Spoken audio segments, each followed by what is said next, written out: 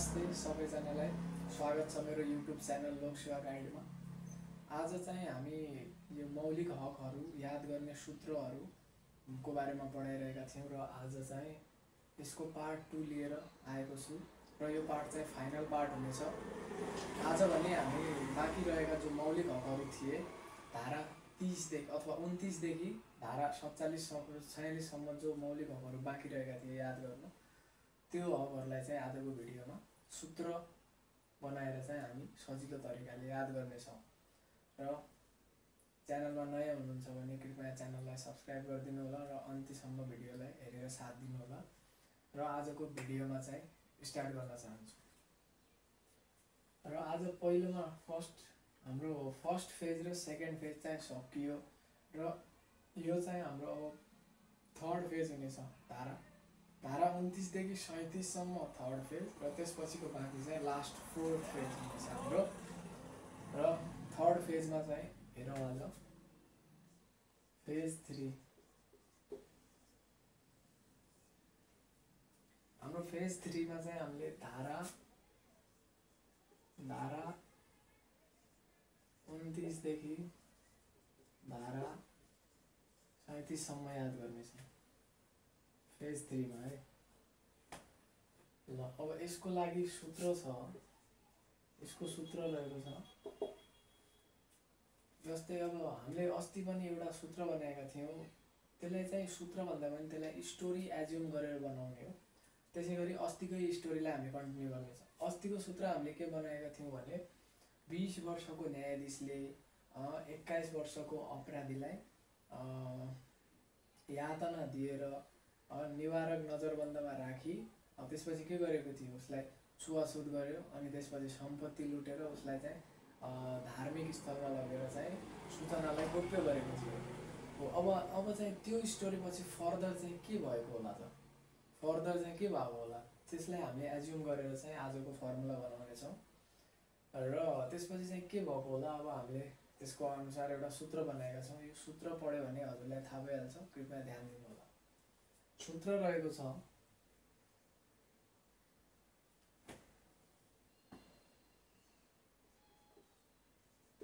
शोषण विरुद्ध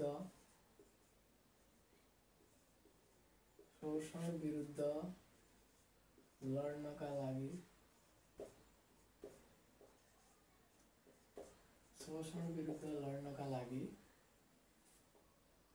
स्वच्छ वातावरणमा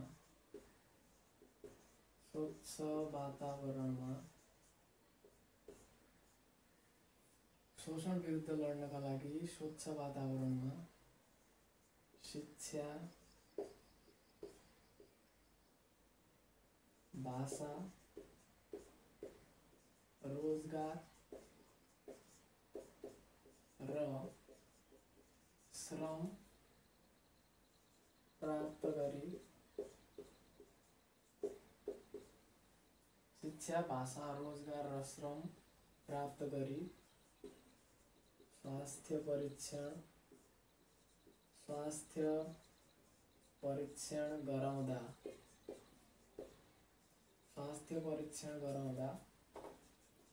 खाद्य र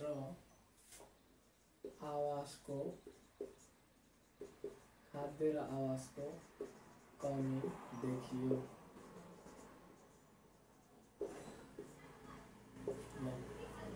यो चाहिँ सूत्र रहेको छ हाम्रो धारा 29 देखि धारा 37 सम्ममा भएका मौलिक हकहरू याद गर्ने सूत्र यो रहेको छ। ल अब हामीले यही आधारमा चाहिँ लेखौँ। अब हाम्रो धारा 29 मा के रहेको छ,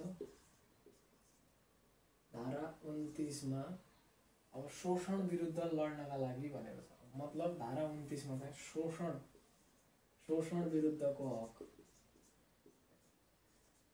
शोषण विरुद्धको हक। त्यसपछि धारा 30 मा अब शोषण विरुद्ध लड्नका लागि चाहिँ स्वच्छ वातावरणमा भन्दाखेरि धारा 30 मा स्वच्छ वातावरणको हक, स्वच्छ वातावरणको हक। त्यसै गरी 31 मा के होला? अब स्वच्छ वातावरणमा के गर्यो उसले? के प्राप्त गर्यो? शिक्षा। सबभन्दा पहिला धारा 31 मा शिक्षा सम्बन्धी हक, शिक्षा सम्बन्धी हक। त्यसै गरी शिक्षापछि भाषा धारा 32 मा हुन्छ भाषा तथा संस्कृतिको हक, भाषा तथा संस्कृतिको हक। यो भयो धारा 32 मा। अब भाषापछि के रहेको छ? रोजगार भनेको धारा 33 मा चाहिँ, धारा 33 मा रोजगारीको हक, रोजगारीको हक। त्यसै गरी रोजगारपछि के छ? रोजगार र श्रम प्राप्त गर्यो, मतलब हाम्रो धारा 34 मा चाहिँ श्रम सम्बन्धी हक, धारा 34 मा अथवा श्रमको हक, धारा 34 मा चाहिँ श्रमको हक। ल यो धारा 34 सम्म भयो। अब श्रम प्राप्त गर्यो हैन, उसले के गर्यो? स्वच्छ वातावरणमा शिक्षा, त्यसपछि भाषा, त्यसपछि रोजगार र श्रम प्राप्त गर्यो। र त्यसपछि के भयो त? श्रम प्राप्त गरिसकेपछि उसले स्वास्थ्य परीक्षण गरायो। स्वास्थ्य परीक्षण गरायो मतलब हाम्रो धारा 35 मा चाहिँ, धारा 35 मा के हुने भयो? स्वास्थ्य सम्बन्धी हक, स्वास्थ्य सम्बन्धी हक। र धारा 36 मा चाहिँ, अब 35 मा उसले स्वास्थ्य परीक्षण गरायो। स्वास्थ्य परीक्षण गराउँदा चाहिँ के देखियो त? उसलाई खाद्य र आवासको कमी देखियो। यसको मतलब धारा 36 मा हाम्रो खाद्य सम्बन्धी हक, खाद्य सम्बन्धी हक। त्यसै गरी धारा 37 मा चाहिँ के हो? के छ? खाद्य र आवास भनेपछि धारा 37 मा आवासको हक, आवासको हक, आवासको हक। आवास भनेको बस्ने ठाउँ, आवासको हक। ल यो भयो हाम्रो थर्ड फेज। थर्ड फेजको पनि हामीले मौलिक हकहरूलाई सूत्र बनाएर चाहिँ याद गर्यौं।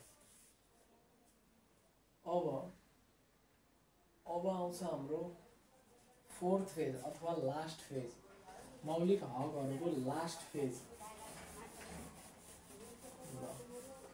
अब लास्ट फेज पनि यसै गरी एउटा सानो स्टोरी बनाएर याद गर्ने, सूत्र बनाएर।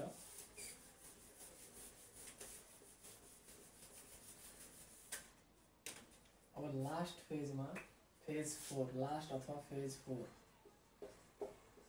फेज 4 मा चाहिँ हामीले बाँकी रहेका हकहरूलाई चाहिँ याद गर्नेछ। भनेको बाँकी रहेका कतिदेखि? धारा 38 देखि धारा 46 सम्म, धारा 38 देखि धारा 46 सम्म याद गर्नेछ। ल यसको लागि सूत्र रहेको छ, यसको लागि सूत्र रहेको छ महिला र बालबालिकाले, महिला र बालबालिकाले दलित र ज्येष्ठ नागरिकलाई के भयो? महिला र बालबालिकाले के गर्यो? दलित र ज्येष्ठ नागरिकलाई सामाजिक न्याय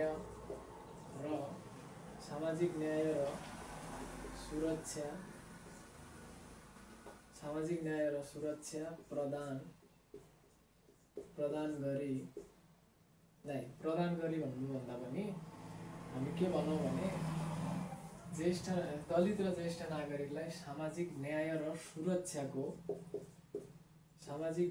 सुरक्षाको उपभोग गराई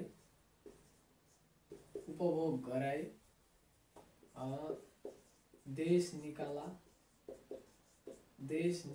विरुद्ध संविधान बनाए। ल यो रहेको छ सूत्र, हाम्रो लास्ट फेजको सूत्र।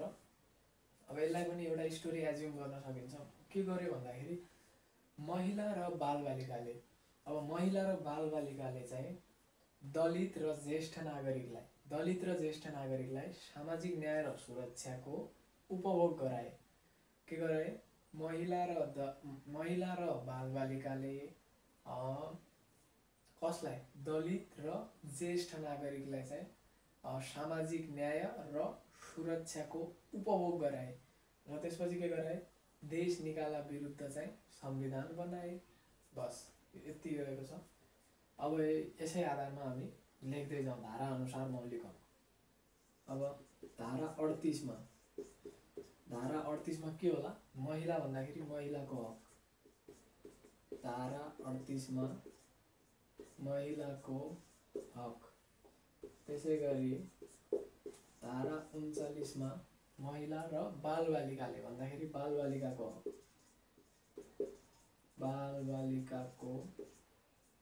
हक।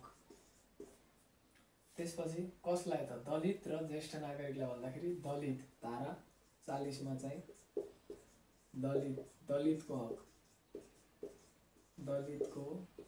हक।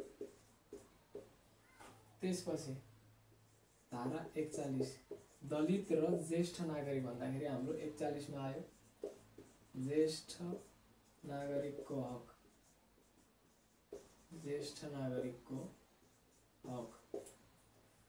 ज्येष्ठ नागरिकलाई चाहिँ के गराए? सामाजिक न्याय दियो पहिला। मतलब धारा 42 मा चाहिँ हाम्रो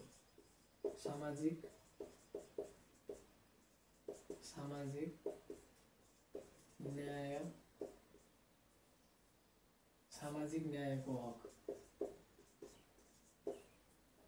र त्यसपछि सामाजिक न्याय अनि सुरक्षा दियो भन्दाखेरि सामाजिक सुरक्षा भन्न खोजेको।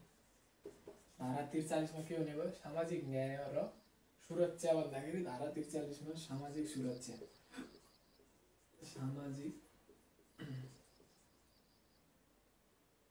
सुरक्षाको हक। यो भयो धारा 43 मा। र अब सामाजिक न्याय र सामाजिक सुरक्षाको चाहिँ के गरायो त? उपभोग गरायो। सामाजिक न्याय र सामाजिक सुरक्षाको चाहिँ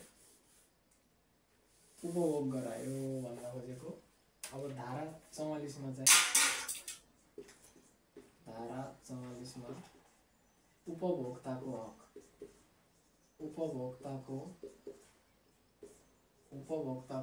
हक। उपभोग गरायो। त्यसपछि के गर्यो? देश निकाला विरुद्ध चाहिँ संविधान बनायो भनेको धारा 45 मा। धारा 45 मा देश निकाला विरुद्धको हक।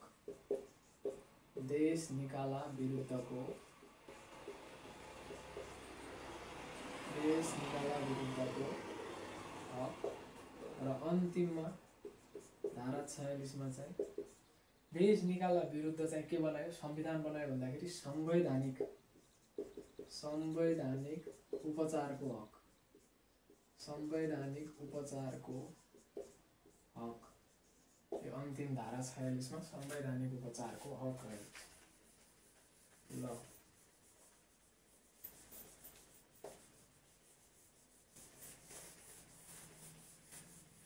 हाम्रो मौलिक हकहरू पनि हामीले सबै मौलिक हकहरू याद गर्ने सूत्र बनाइसक्यौँ, जसलाई चाहिँ हामीले 4 वटा फेजमा डिभाइड गरेर याद गर्यौँ हैन।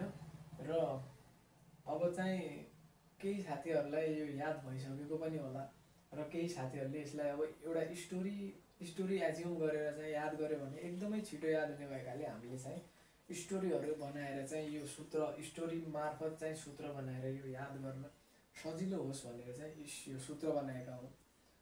र यो त्यति अप्ठ्यारो पनि छैन, एकदमै याद भइहाल्छ, छिटै सबैलाई याद भइहाल्छ र पढ्नु होला भन्छु म। र हाम्रो चाहिँ मौलिक हकहरूको पाठ चाहिँ सकिएको छ र अब चाहिँ हाम्रो नेक्स्ट भिडियोमा चाहिँ अर्को केही टपिक लिएर आउनेछौँ। त्यति बेलासम्मको लागि सबैलाई गुड बाई भन्न चाहन्छु।